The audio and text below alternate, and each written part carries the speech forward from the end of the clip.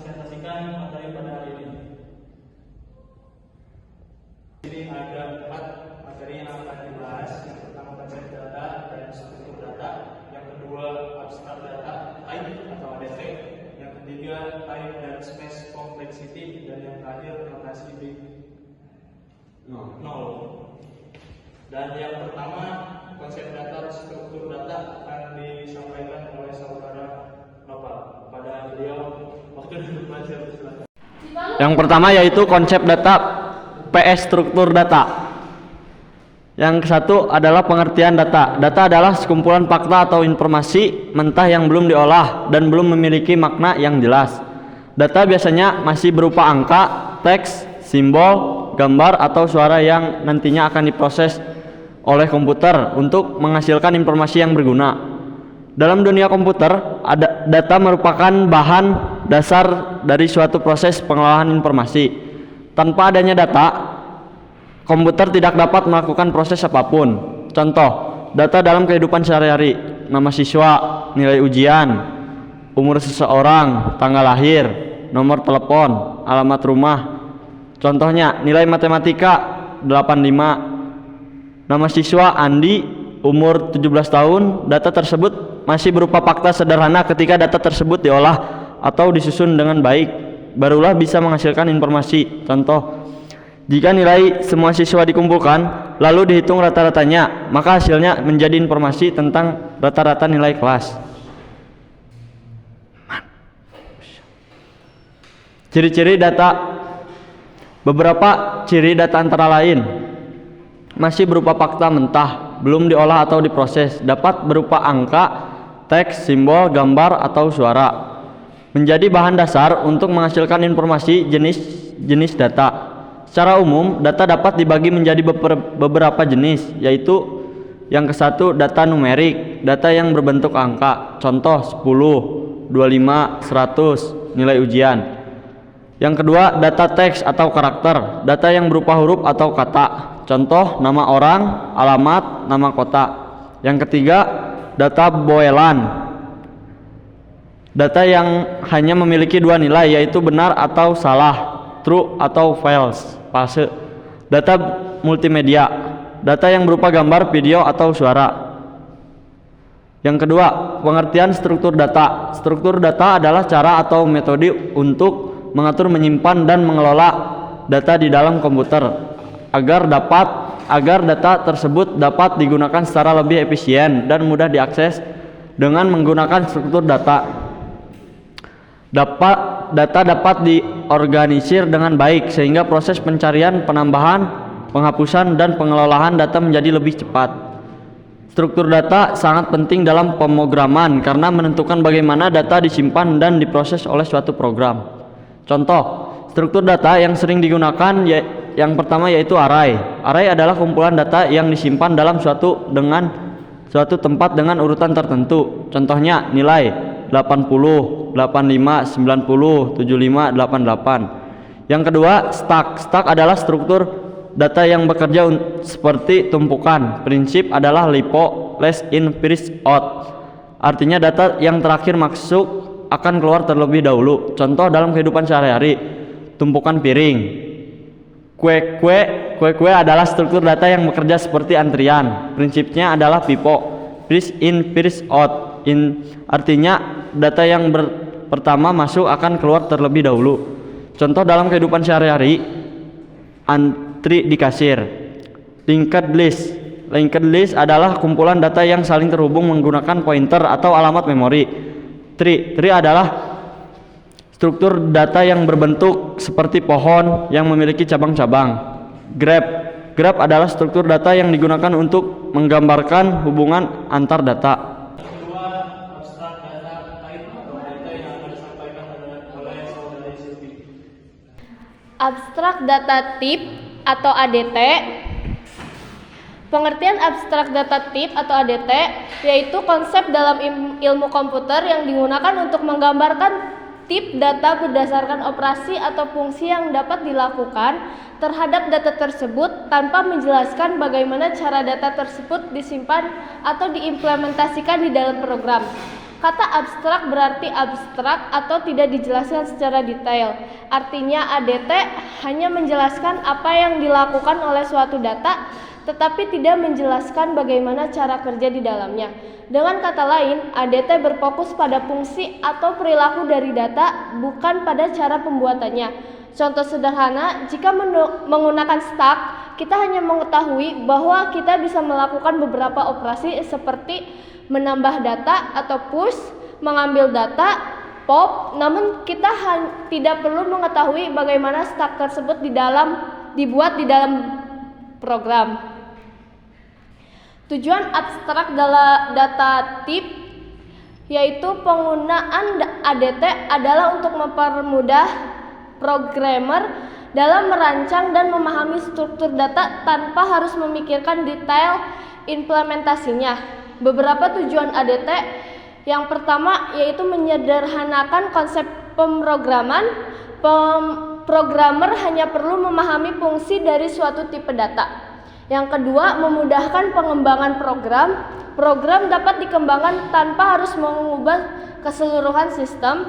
Yang ketiga, meningkatkan keteraturan kode program. Program menjadi lebih terstruktur dan mudah dipahami.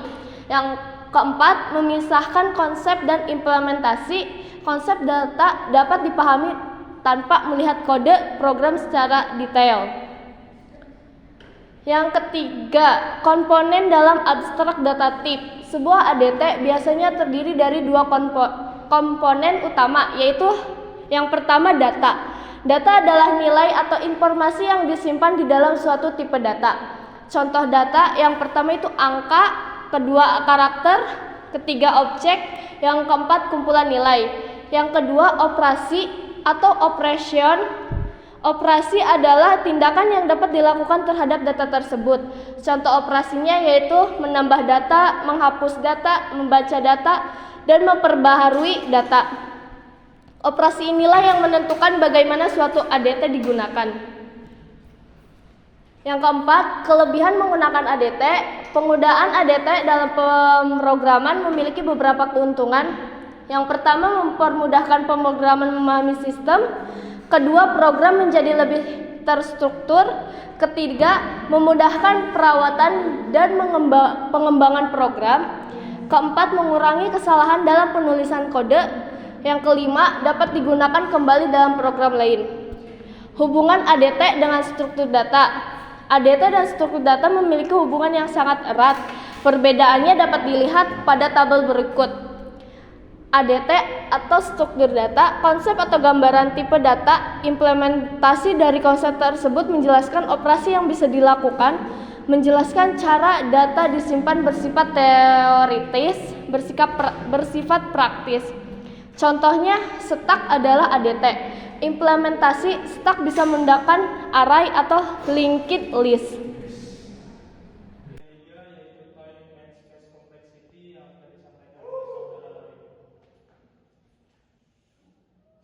Oke, yang pertama adalah pengertian dari time complexity.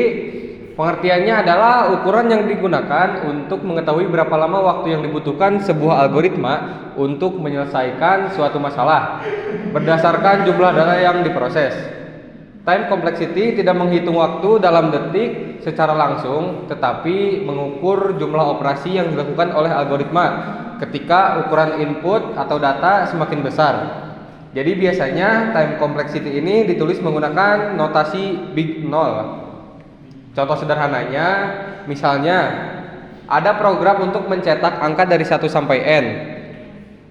For I sama dengan 1 ton. Print. Jika nilai n sama dengan 10, maka perintah print dilakukan 10 kali. Jika n-nya 100, maka diperintah pula 100 kali. Artinya, waktu yang dibutuhkan akan bertambah sesuai jumlah data.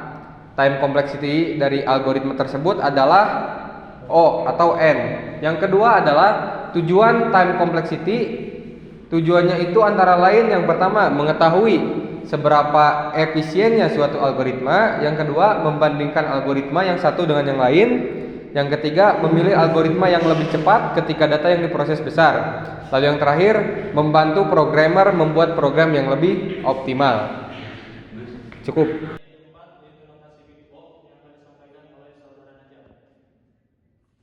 Notasi Big O, pengertian notasi Big O. Notasi Big O adalah cara yang digunakan untuk mengukur atau menggambarkan tingkat efisiensi suatu algoritma, terutama dalam hal waktu proses, time complexity, atau penggunaan memori. Ketika jumlah data semakin besar, dengan kata lain, notasi Big O membantu kita mengetahui seberapa cepat atau lambat suatu algoritma bekerja ketika data yang diproses bertambah banyak. Notasi ini biasanya digunakan dalam analisis algoritma dan struktur data untuk membandingkan kinerja algoritma yang satu dengan yang lain. Yang kedua, tujuan notasi Big O. Tujuan penggunaan notasi Big O antara lain sebagai berikut. Yang pertama, mengetahui kinerja suatu algoritma ketika jumlah data semakin besar. Yang kedua, membandingkan efisiensi beberapa algoritma. Yang ketiga, membantu programmer memilih algoritma yang lebih cepat dan efisien. Yang keempat, menggambarkan pertumbuhan waktu yang eksekusi program. Dan yang ketiga, jenis-jenis notasi Big O. A01 constant time. O1 berarti waktu eksekusi tetap dan tidak bergantung pada jumlah data. Terus B0 log n logarithm time. Kompleksitas ini biasanya terjadi pada algoritma yang membagi data menjadi dua bagian setiap langkahnya. Contoh algoritma yang menggunakan kompleksitas ini adalah binary script. Pada algoritma ini, pencarian data dilakukan dengan membagi data menjadi dua bagian secara terus-menerus hingga data ditemukan. Ini yang C, 0n linear time. Pada kompleksity ini, waktu eksekusi bertambah sebanding dengan jumlah data. Yang D, 0n log n linear time. Kompleksitas ini biasanya muncul pada algoritma pengurutan sorting yang cukup efisien.